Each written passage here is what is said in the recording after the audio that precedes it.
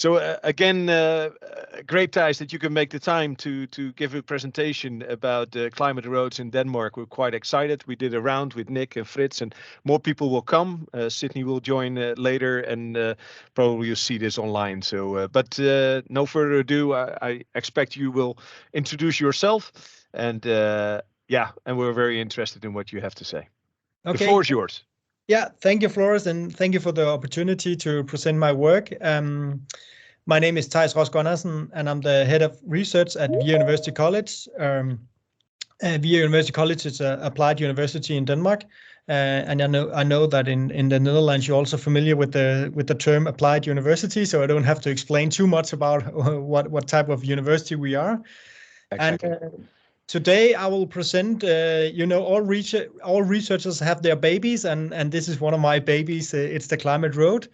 And I will tell you a little bit about that. And the thing with the climate road is that it's actually both a climate adaptation solution as well as a climate mitigation solution. It's conducted in this, actually the biggest climate adaptation solution project in Denmark called Coast to Coast Climate Challenge that is just finished last year. So now we have looked at all the data and published some articles that I will show you at the end of the presentation. Just a brief outline of the presentation. Just why are we actually doing this? Then our research hypothesis. Then I will tell you a little bit about the climate road, the construction, the functionality, and then what we have actually been using the climate road for, and then at the end some conclusions and perspectives. So why climate adaptation and climate mitigation solutions? Well, in Denmark, we have by law committed ourselves to reduce our CO2 level not in 2020, but in 2030 by 70% compared to the 1990 levels, as well as having a fossil-free energy sector in 2050, both in order to reduce the CO2 emissions. So we are actually, at least in Denmark, we say that this is the first law that we have made a climate law. I'm not sure that the rest of the world agree with us, but at least it has put a big pressure in Denmark in order to make this green transition. However, we're already seeing the consequences, like you do in the Netherlands, about these future climate changes. And in Denmark, and I guess it's probably the same in the Netherlands, that we see that the winters is getting milder and warmer and then wetter. And then the summers, we have more extreme events during the summer with droughts or cloudbursts. So we will see this overall more wet weather, but we will also see these more extreme patterns. So we need to be able to both handle all this changing climate patterns as well as be able to produce some energy in the future. So our research hypothesis was, can we actually create a multifunctional climate adaptation and climate mitigation solution in our urban area, as well as to involve the local citizens in creating this citizen awareness?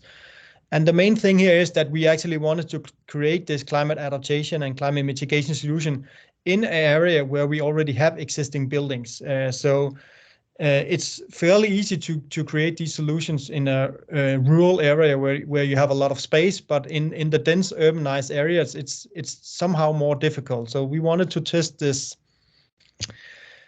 And often you will do this solutions, let's say individual, saying you want to do a climate adaptation solutions, then you construct some kind of a climate adaptation solutions, or you want to create a climate mitigation solutions. In this case, and in a lot of Danish cases, it will be the windmills, and we will also create that one by itself.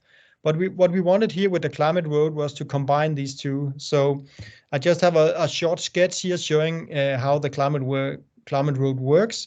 And I will further illustrate that in this presentation. But overall, it's more or less about having the roadbed being able to store a huge amount of water, thereby having it to be an active climate adaptation solution, and then actually also to extract all the energy from the rainwater and the surrounding soil using a geothermal system, and thereby creating a green sustainable energy. So that was the like say combination of the solutions that we wanted to do. And so we created this climate road here at Hedensted, a small city just south of the university in Denmark, where I'm from. And as you can see on the right side of the screen, the climate road is marked here with the red area. So it's only around 50 meters long. So it's not a big road. So it's a prototype road. And as you can see in the bottom of the picture, you have the kindergarten below, where we actually connected the climate road energy system to the kindergarten. And I will show that a little bit later.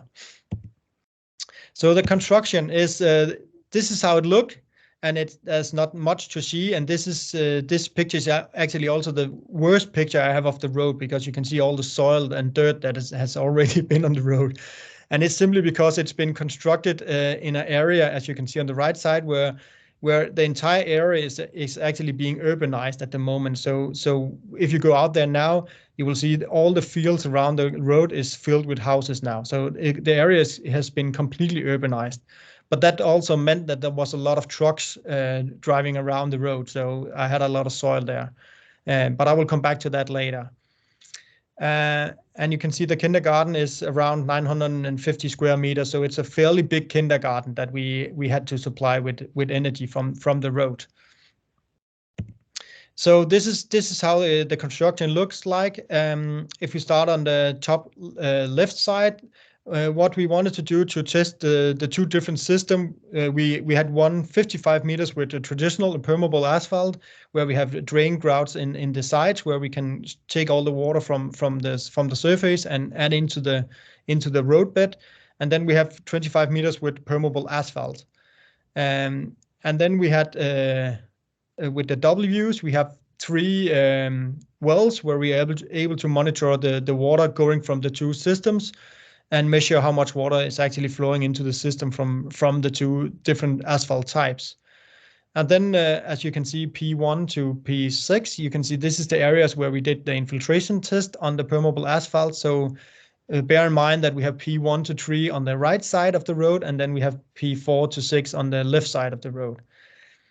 And at the bottom, you can see how the road looks like. So we have the 1 meter depth of gravel that we have added into the roadbed, and in there we have added this geothermal pipe system marked with the red colors. And at the end we have the drainage system that will drain to each of the 2 wells where we can monitor all the water.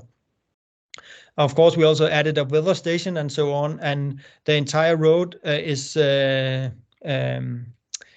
sealed with bentonite membrane. So the ideal situation, this should be a fully closed system where we're able to handle and know the entire water cycle in this system for, of course, research purposes. Yeah, I guess you know a lot about permeable asphalt, so I will not go into details with that. But as you can see, there is a big difference, at least in Danish permeable asphalt, that of course it's the grain size distribution that is different from traditional or normal asphalt. So in this case, we are able to, at least in the beginning, to infiltrate huge amount of water into the road. So I guess it's the similar in the Netherlands. Then we have the roadbed. It's constructed with this gravel, as I mentioned before, and it has a porosity of around 30%. So in this case, it can change the roadbed into a large reservoir without losing its bearing capacity. So that was, of course, important for us. So in this situation, we are able to store around 120 cubic meters of surface water into the roadbed system. So that is more than 1 in a 100-year rain event. So we are able to store a huge amount of water in the construction. Yeah, so as you can see here, this is how it looked during construction. The white mats is the bentonite mats, and then you can see at the bottom we have this geothermal heat systems, as you can see there, and they're of course protected with a little bit more fine gravel, and then you have the thick gravel on top of it, 1 meter. And on the sides, you have with the blue pipes, you have the drainage system going there. And as you can see on the picture on the left, you can see the kindergarten in the far end of the road. So this was the construction of it. Yes, so the functionality. Again, I guess that you probably know a lot about the advantages with a climate road and also some of the disadvantages with a climate road. Yeah, I will not go into details with those, but what I like the most is that you can actually handle the rainwater where it falls. That for me that is the most important situation. So you don't have flooding. We didn't have any flooding out there after the rain or the road was established. Of course, there's also some disadvantages, and this is probably the one that we, at least in Denmark, often meet or are being asked about from the municipalities is, of course, how much maintenance is there and how expensive is it to maintain the road.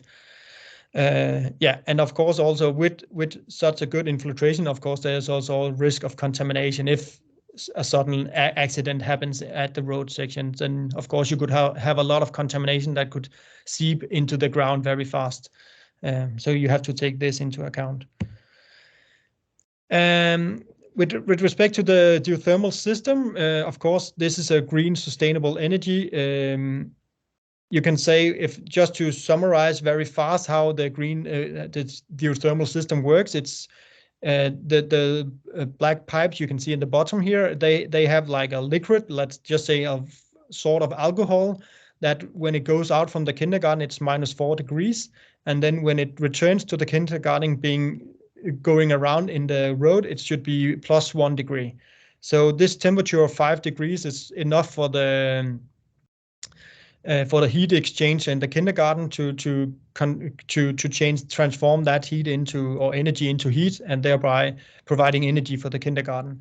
So as long as we don't have snow or temperatures below 1 degree, then we can actually extract energy both from the rainwater that seeps into the system, but of course also from the ground below and from the sides. What we like about this system is that it does not take space in the urban environment, or else often these systems will be put in the wherever there's room in the urban space. But of course it's not easy, because in this road section we have 800 meters out there, so it's a lot of meters of pipes you need in the system. And then another great thing about this is that, of course, the more it rains, the more energy is actually added into the system. So you take a problem, a lot of rain, and then you actually turn it into a local solution. So I like that the concept that you actually take a problem with a lot of rain and then you turn it into a solution. Some of the disadvantages with the climate road is, of course, that because this is the first of its kind in the world, as far as I know, that we don't know the long-term performance at low temperatures. And then in this case, we are unable to provide cooling to the kindergarten. I will return to why that could be a very interesting topic as well. If you look at the infiltration capacity, this looks a little bit weird, and I guess that some of you that has been doing this for many years looking like, are you sure you have conducted the measurements the same places? But we have, and I have some ideas why this is going up and down so much. But what we have is that we have both tested it with the American infiltration test, the ASTM method, and with at least what we in Denmark call the Dutch method, the Becker's method. So I think we have around 250 measurements with the Becker measurement, and around 160 with the ASTM measurement. So I think we have measurements for the last 3 or 4 years or something like that. So this is just a time frame for it. And maybe asking what questions, what is the unit on the... Yeah, okay, this is millimeters per hour. Sorry about that. I didn't. Okay, yeah, all right. Yeah. So the first thing you can see is that if you look at the 3 upper curves, you can see that is P1 to 3. So that was on the right side of the road. So what we can see here is that when people are driving from the city and out to the countrysides, they don't have that much soil on in the tires. When they come from the countrysides towards the city, which are P4, 5, and 6, then the road will be clogged very fast. So Yeah. you can actually see you can see how much soil people are actually adding into the into the city and out of the city just by looking at this. So I think that is actually a very funny observation. Then of course you can see, because in Denmark the functionality is that we should I think it's around 100 millimeters per hour that the functionality should be. So in this case, all 6 measurements are able to do that. So it's simply because we have so big, 10,000. So somehow we should probably have made it exponential or something like that. So you can actually see that even the 3 lowest are actually still within the frame, or it's still capable of infiltrating a lot of water. Another thing we can see is that in general all the infiltration capacity rise when we have this restoration cleaning marked here with the black lines, and then again slowly it will decrease again. So you can see that we are able to restore some of the functionality, but during time it will declog the road. So we are not able to fully restore it. Then you can see we have a lot of, let's say, ups and downs, and it's very easy to see with the gray line. That is where we have the biggest ups and downs compared to the functionality of the road. And for me, I have been looking into that, but I would like to look more into that. I actually think this is very much compared to when we have cloudburst in the area. So I actually think the rain itself are able to treat the functionality of the road. And I would very much like to look into that, because that could be very interesting to see that. Because there is a tendency, for example, from P2 and P3, that they have the overall same tendency, that they go ups and down. So there is something going on there. Yeah. We also did a lot of testing with the detention time and how much that will evaporate from the road and etc. And in this case, because we only see a retention time of 35 minutes, so it's not like it will not, let's say, stop when you have a cloudburst. It will not stop it simply because the infiltration capacity is so good that you will see a very fast response from the data loggers we have in the wells. So the water will seep into the roadbed, into the asphalt, into the roadbed, and out in the system. If you don't somehow store the water in the system. If you just let it through, it will only hamper the rain, let's say rain about 30 minutes or something like that. But often we see when we have very small rain events, then you will actually don't see any response in the logger, simply because then all the water can actually be stored inside the roadbed. Simply just by adding to the grains and so on. So often you will actually, it's only when you have the big rain events you will actually see a response at the end. Yeah, and then I think we see evaporation is around, or we see I think 20-25% of the rain that hits the system we don't see in the water counters, and we expect that to be due to evaporation from the system. Yeah. If you look at the energy functionality, well, until now, 100% of all the energy from the kindergarten has been delivered by this climate road. So that was actually very impressive, and we didn't expect it to be so effective. So we are able to more or less deliver 50 megawatts hour a year from the climate road, with a COP value of 3, meaning that every time we add 1 energy into the system from the heat pump, then we will generate 3. And that is traditional. That is the same as a traditional energy geothermal system. So this is a nice energy result. So, and as of course you can see during the winter month, of course the energy consumption it's much higher, and then during the summer of course it's almost zero. So of course it follows the energy consumption in Denmark.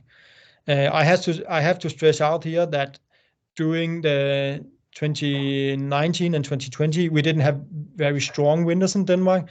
So again, compared to if we had like, let's say 1 or 2 months with, let's say -5 degrees or something like that, then I'm sure we will be unable to provide all the energy for the kindergarten.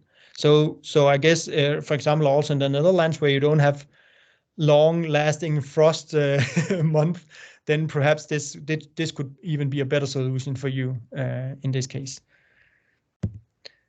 Yes, of course, one of the most important things that we are doing when we're doing climate adaptation solutions is of course citizen engagement. I will not go into details with that, but just say that this climate road has been presented a billion times. It's been in the news. In the bottom, you can see this is from the Danish national television company, where they have made some kind of illustration of the climate road in the news. It's been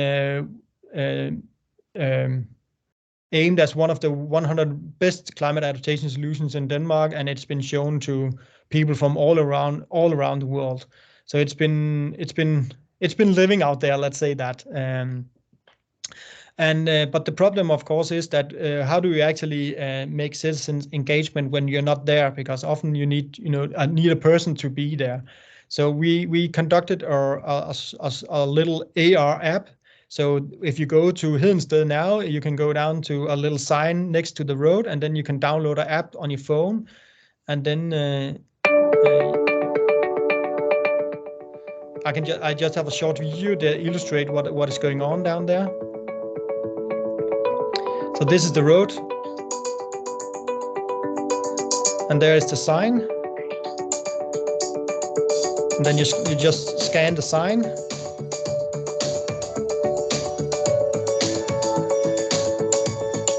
and then it starts to tell you what's going on. You can see the rain on the screen, and then the road opens up, so you can actually see how the geothermal system works in the road, and tell the story about what's going on. And you can see there's an arrow to the kindergarten, so telling them where the energy is delivered. Yeah, so this is another way to doing citizen engagement when we're not there. And so yeah, it's actually been, yeah, it's been downloaded a lot of times. So this is I think it's a great way to somehow have an afterlife of your projects somehow, because often when we do climate adaptation solutions, often people don't see what we're actually doing, because often they are made for extreme events or crisis or something like that, and of course you don't want people to see that. But in this case, you just have a road, and it's not very interesting to see a road. So this was one of the ways to do that. Okay, so if we look into some conclusion and perspective, the climate road as a climate adaptation solution performs very well. We didn't have any flooding in the area after the road was established. The road needs to be cleaned more often than expected, and that was more due to the location, because we are in this urbanized, developed area where a lot of truck was driving around. We have climate roads in Denmark that haven't been maintained for like 5 or 6 years without losing its functionality. So I guess it's very much depending on what type of traffic you have on it. As an energy source or climate mitigation solution, it has outperformed our expectations because we have been able to deliver 100% of clean, sustainable energy for the kindergarten. And it has been successful in the citizen engagement and to enhance the public awareness.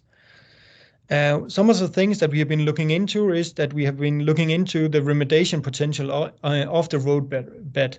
And we have a PhD student now going on looking into that, because if it's able to, hold a lot of water, we're able to extract energy. And if we also able to somehow treat some of the road water, then we actually have like a kinder egg or something. Like we have three solutions in one. And the first article is just out there where Lasse, the PhD student, have been looking into microplastic. And what we can see is that this type of road with permeable asphalt is able to actually keep all the microplastic in the roadbed. So we would like to further expand that. Of course, that could be very interesting to look into how the treatment or remediation potential of the roadbed.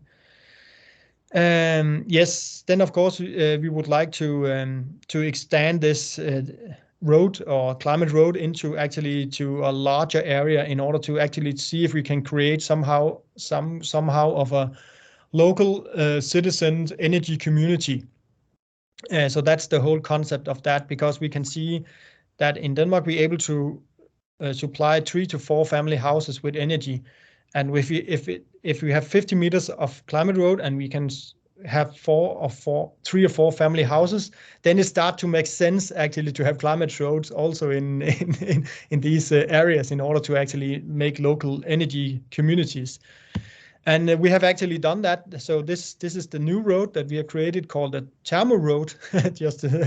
So in this case, as you can see, we have the climate road in the middle, and then we actually have now 8 houses connected to the road. So they have their own little energy system. In order to provide cooling, because that could be very interesting to do that, then we have added a few vertical boreholes to the system as well. So we're actually able to produce cooling during the summer for the houses. So we have a very integrated, unique energy system here. And we actually also added a geothermal system around the wastewater line down there, so we can extract the energy from the wastewater going from the household. So we try to extract all the energy we can from the local area, and then make this little energy community where we take all the water from the rooftop, from the roads, and add into the roadbed. So again, we want all the water because that is energy. So just add all the water you can into the roadbed, and then what we can provide to you is energy in return. So I like the concept of that. And just there's two articles out there telling. First one is about the functionality of the climate road as a climate adaptation solution, and the other one is about the climate road as a energy solution. So yeah, thank you for the attention. If you want to know more, you can always write an email to me. Great. Yeah, thank you so much. Very interesting project. Yeah, especially the combination between mitigation and adaptation. It doesn't happen that much, so that's really good. Maybe open the floor to Nick and Hedwig. Great, you could join. Frits, any questions or remarks? Yeah, I like that you are also a live member. So I need. I also work for a live project called Life Cool Square. It's about making a square more climate adaptive with water and trees and green it. So I may contact you because we are still looking for some people who tell something about projects that are already proven itself, and so maybe I will contact you. Yeah, I think it's very nice that you combine all these possibilities from water into one system. Yeah, you're more than welcome. Okay. Yeah. Will be great if you can implement it at Damsterplein, for example, in Groningen, where maybe.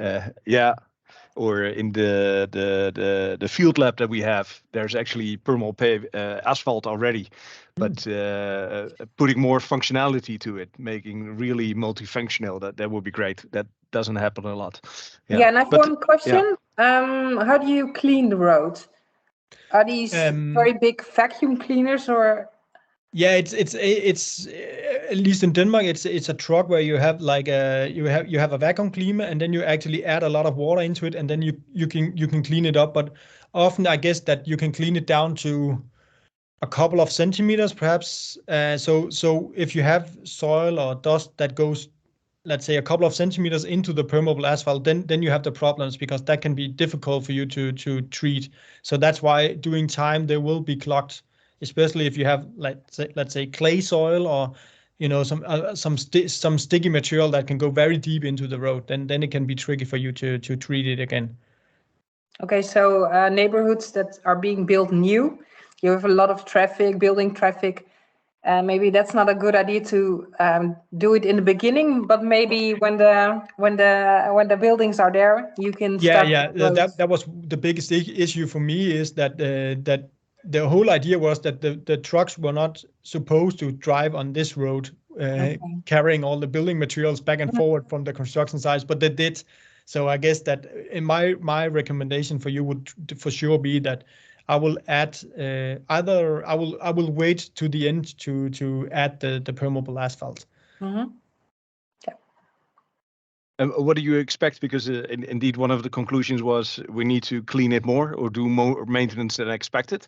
What would you expect, and what was actually the real frequency that you did the maintenance? Yeah, we did it once a year. Okay. Yeah. Yeah.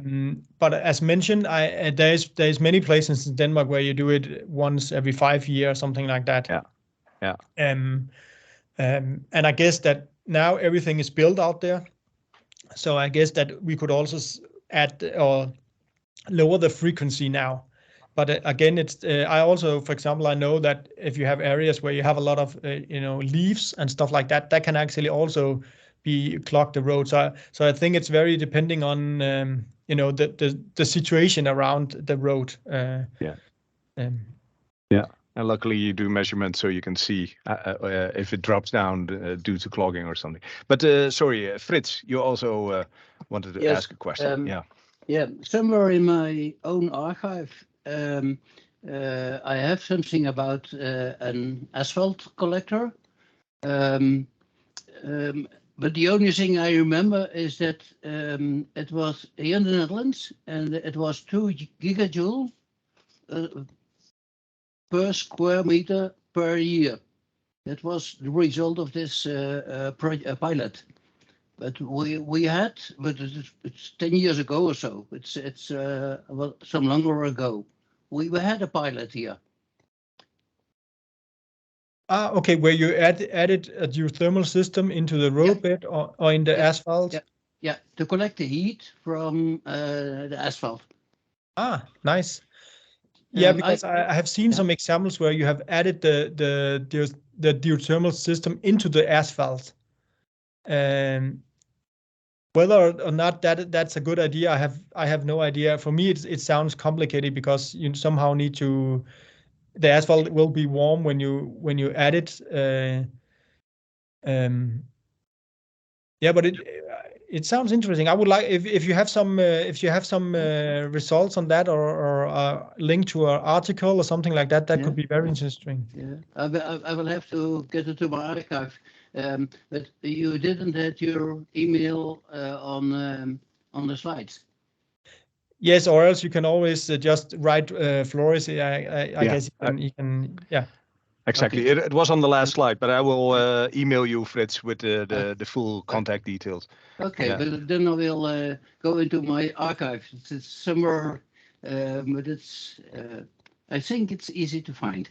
Then a question: do you thinking about the storage of heat? In a lot of places in Denmark, there's working on the storage of heat, also from the surplus of wind energy.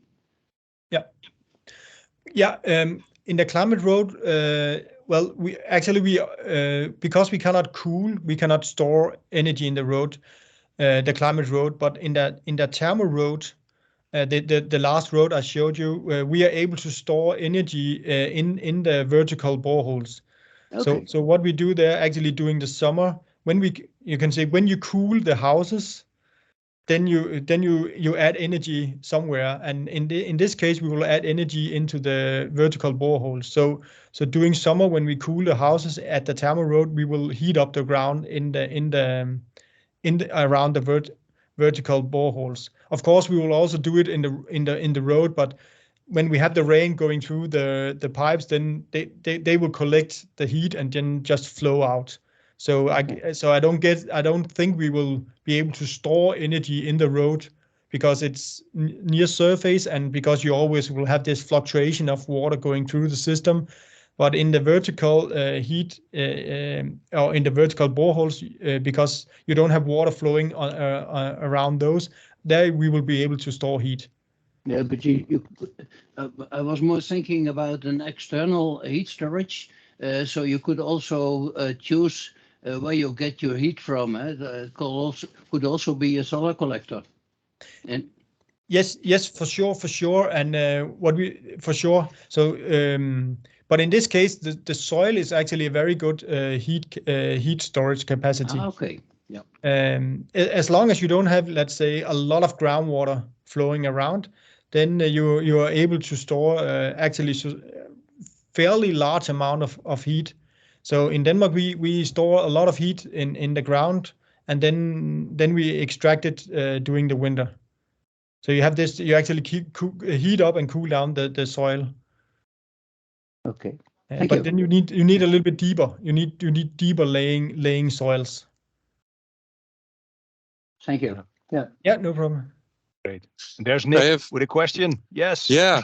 I think I missed the point why you cannot cool with this road, why you cannot add heat to the system. I understand why you cannot store it, but I fail to see how you cannot just heat the water it's inside it. Yeah, it's a very good question, because we could do that, but the heat exchange at the kindergarten was unable to cool. So that's why in the climate road we didn't cool. It was a previous heat exchanger that was already there. Yeah. Yeah. Okay. So if it wasn't already there, you placed it yourself, you could have cooled with it as well. Yeah. But what? Yes, we in theory we could, but what happens in the roadbed during the summer when you need cooling, it will be very hot. So the cooling potential is not that big. And that's why we wanted to go deeper. That's why we have the vertical boreholes, because we want to go a little bit deeper into the soil where you have more, a more constant temperature where you can cool better. But then you actually, with this system, with the heat in the thermal road, we guess that, or we expect that we will have a COP value around 20 or 15 to 20 with the cooling, meaning that it will be extremely cheap to cool your house. So in that way you can have what we call passive cooling, meaning that you can just have the liquid that you have in your system will just be cool in the ground to 7 degrees, and then you can cool your house with that, and then it can be very cheap cooling. Okay. So that's the let's say that's the goal of this, is that if we can actually make very cheap cooling and fairly cheap energy during the winter, then we have a very sustainable system. Yeah. So the vertical borehole was just more efficient than because you have a constant temperature, because it can be let's say 50 meters deep or something like that. Yeah. And we did another project. Now we're just going a little bit away from the climate road. I hope it's okay, Flores. We had another project where we did energy piles, they're called. So when you're doing foundation with piles, then we had added a geothermal system into each pile. So when you do the pile foundation of your house, then you actually also add your geothermal system into the building. And because they're around 20 meters deep, then we're able to cool and heat the building with using just the piles. So if you want to do that, then you can actually have your decentralized energy system just by using piles. And again, we like that solution because it doesn't take up space in the urban environment. So in my world, we will make a smart energy and climate system where you have the roads where you can store the water, and you have all the energy flowing around in all these, let's say, geostructures that we can build. Yeah. Do you ever have like a measurement of the temperature of the water in the road in summer? Because it's just our curiosity, but that's something we never looked at in our water storage road. Yeah, we have that during the summer, because I mean the road can be like in the upper surface, it can be like 50, 60 degrees or something. Like it can be very very hot. So the temperatures inside the road can be 20, 25 degrees, and that's why the cooling potential, of course, it's very limited, because the road can actually be warmer than the houses. So that's why you need the boreholes to go deeper than we do in the roadbed. Yeah, and actually, Nick, we do measure the temperature, because most of the equipment we use is the divers. but we true. didn't publish it. But there's a large amount of data on the temperature in roads in the Netherlands, basically every site that you measured as well. So it's over 25 roads where we have some data on the water temperature it is. But it could be a very great new project as well, or just to see how the temperature differences are. Because it would be great to see how we didn't look at it, but we did measure it everywhere there was like storage in the buffer space. Yeah, there is a temperature registration. Yeah, with a high frequency, basically higher than most monitoring projects, because we do 5 minutes or so that's quite good. Yeah, I see a lot of potential there.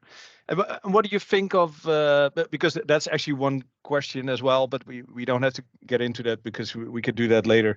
It's like what kind of equipment that you use and sorts, but probably more interesting for a broader perspective is this is the only road, but there was a lot of international interest. Do you know if it's upscaled or are there plans in other countries or locations?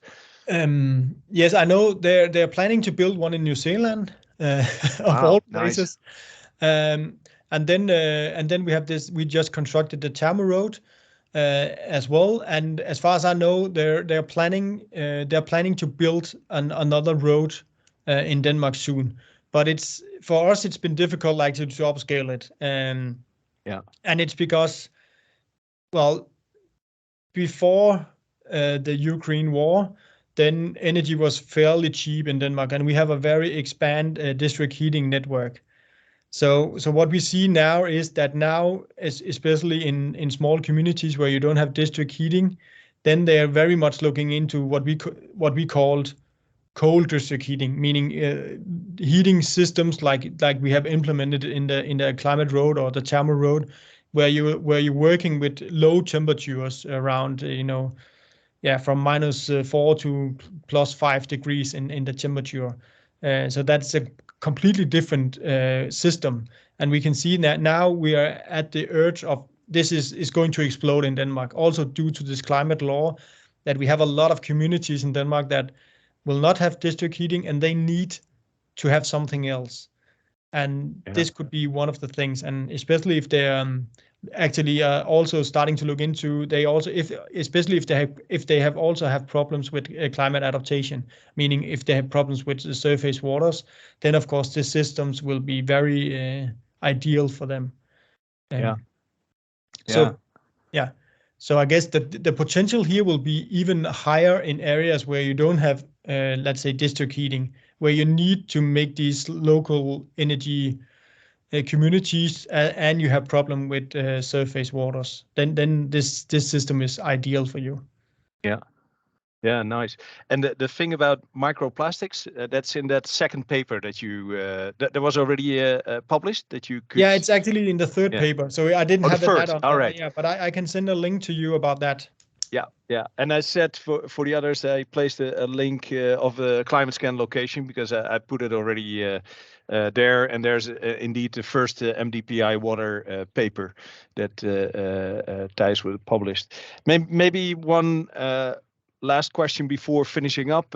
Also, in the research that I do with Nick and a lot of other organizations, by the way, but the cost. Can you say something about name numbers? What are we talking about? I hate this question because everybody asks it, and I always a researcher start to Well, first of all, I have to say it's a pilot, so that's the first excuse. No, of course, this one has been more expensive than building a traditional road. Yeah. But what we have been looking into is that if you summarize the cost of the road compared to a traditional road, and the cost if you're going to do a geothermal system, then it's the same price. So this is not more expensive than if you did the systems individual.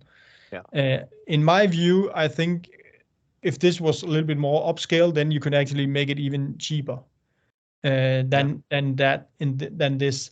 And then there is a big, let's say, plus side of this is that what we have seen when you're doing, especially when you're doing, let's say, residential areas, then in Denmark you need to handle the surface water locally. So often what happens is that you will do a rainwater basing or something like that, to somehow collect all the water from this area. But you can actually do that in the roadbed. So what we can see is actually then the developer is able to sell one more house out there, because they don't need to take space from the rainwater basing. They can actually sell that. So depending on where you are in the country, then you can actually either save a lot of money or it can be the same. So if you're in the Copenhagen area or I guess in Amsterdam area, then another house is extremely valuable for the entrepreneur. Whereas if you are in a rural area, then it probably doesn't have that much.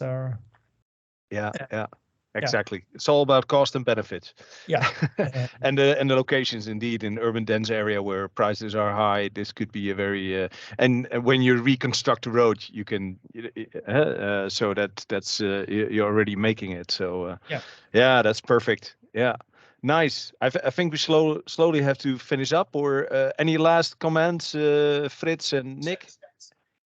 Well, maybe if we're on high residential areas anyway, in the Netherlands there's a lot of use already for space under the roads, like sewage, drinking water, electricity, internet, telecom, and all that kind of things. And even just storage space for water is sometimes hard to find. So how do you find this? Did you think about it? Yes, of course, that is an issue, especially if you want to keep the water inside the roadbed as we want to. Of course, then you somehow have to seal it. Often in Denmark, you will have the power cables and stuff like that on the side of the road, not inside the road. So often we will not have that situation in Denmark. But of course, if you have a lot of infrastructure inside the road, then of course it makes it difficult to store water in that. I guess then you will probably have more experience with that, how to deal with that in the Netherlands than we have in Denmark. Often in Denmark, you will say that you need to get rid of the water. You don't want water in the roadbed. So this is also, we flip the coin totally here, saying that we actually want the water in the roadbed. That is not traditional Danish geotechnical, let's say, history. So of course you have a point there. Of course, if you have a lot of infrastructure in the road, then of course it is of course difficult to have high a lot of water standing in the roadbed. But we found place. I mean, the research that Nick was talking about, it's over 25 locations, and there are quite some locations that well, you had to, because there's no space for water otherwise. So and we might be able to reconstruct and put more functionality to it.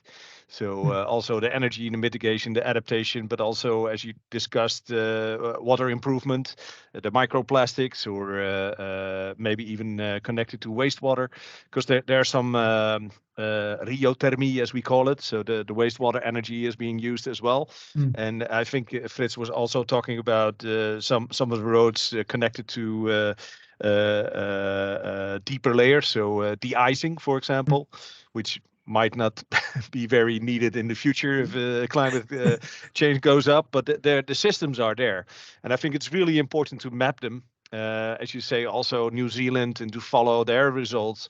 And as we do mapping with Nick as well, of all the roads that have been climate adaptive, and see how we can exchange that knowledge. Yeah. Especially our project, we have to publish in English, so it makes sense to you, because we can send a report on the Waterberg and the Weg, but that might not. Then I think I need Google Translate to help me. But I think the final comment for me is that I can see there is a tendency, at least in Denmark, that we would like to store water from the winter to the summer, simply because we have these drought areas. So if you want to have green urban spaces in the cities, and we want the water to be somehow sustainable, we need to store the water somewhere in the cities. And in my view, it's the roads that makes most sense to store water in it, because again, you can implement that in already built cities. So it's, for me, it's more about actually digging a little bit deeper, making the roadbed a little bit more deep, so you're able to store more water in there. So that is the next step for us, is to look into how can we actually store water from the winter days or to the hot summer days. Exactly. Yeah, it's a good endpoint. Yeah, I had 3 more questions, but we do that later. But I will name them so you know we have questions to discuss. That was one of the equipment, of course, the guidelines that you discussed, and also the wavy lines. Why that would be, but that's maybe for later. And welcome back, Hedwig. I just said you had some problems with the computer, so yeah, my internet connection just blew away my. But I think it could be very interesting to exchange the data, because I don't know if you see the same tendency in your infiltration rates, or I think there's something there that could be interesting to further elaborate on. Absolutely, especially on the asphalt, permeable asphalt. And there's a location that is really suited to try this out. It's a field lab in Groningen, but also connected, as Hedwig said, maybe to the Cool Squares project. So I think there's, we'll get you in contact. And Fritz, great if you can share the knowledge as well on that pilot. It's really good that we map it and share that knowledge. So, as you can see, Nick was very interested as well. We have to publish more like you do in a very good way. 3 publications already. A lot, Flores. You're good at publishing. I'm looking at you saying I have to do more like Flores do. Let's do it together next time. Okay, so, sounds good. Yeah. Sounds like that's a good thing to wrap up, probably. Yeah, thanks again, Theis. It was really interesting, and you saw from the questions that it's really related to our research as well. And there were more questions that we will get more in detail later, and I will get you in contact with everyone. So thanks again, and no problem. Everybody take care and have a great evening. Yeah, you too. Thank you. All right. Bye-bye. Thanks again. Bye-bye.